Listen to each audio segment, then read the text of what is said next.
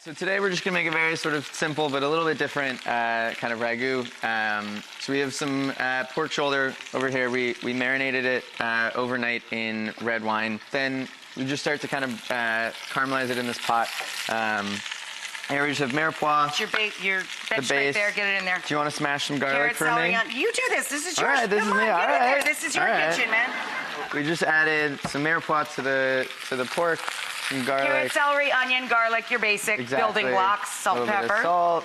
And then so we have the kind of different thing that isn't really traditional.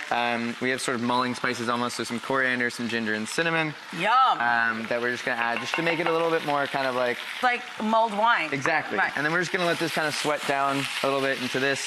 And then you can add back. Then you add back your wine. The wine that your pork's been marinating in, and then there's some thyme tied on a string so you can fish it out later. So you can fish it out later.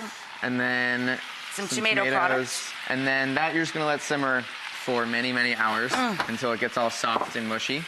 So we have this, is your ragu. Finished cooking. So now we take this to our very hot pan. And we're gonna mount the sauce with a little bit of butter. So we got our pasta. The starchy water. Starchy water. Maybe a little cheese in there with that pork. It just smells amazing. Beautiful. Yum. I wish we had smell-o-vision for you guys. Sorry about that.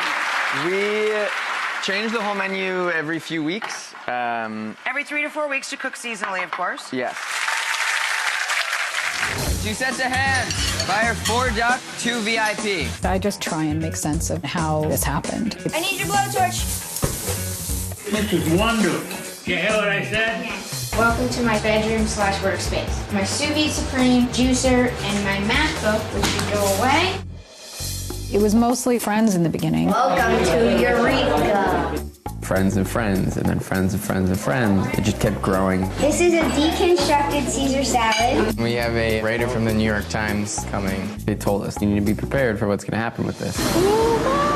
Gary's story reflects many of our prevailing pop culture obsessions. He wants to be taken seriously. This pressure is part of this business. I need 1 more set of hands. I need hands! He wants the top of the game, and that's fine dining. I don't think any of this would have happened if I had a very traditional mom. There's a huge part of it that's just letting me do my own thing.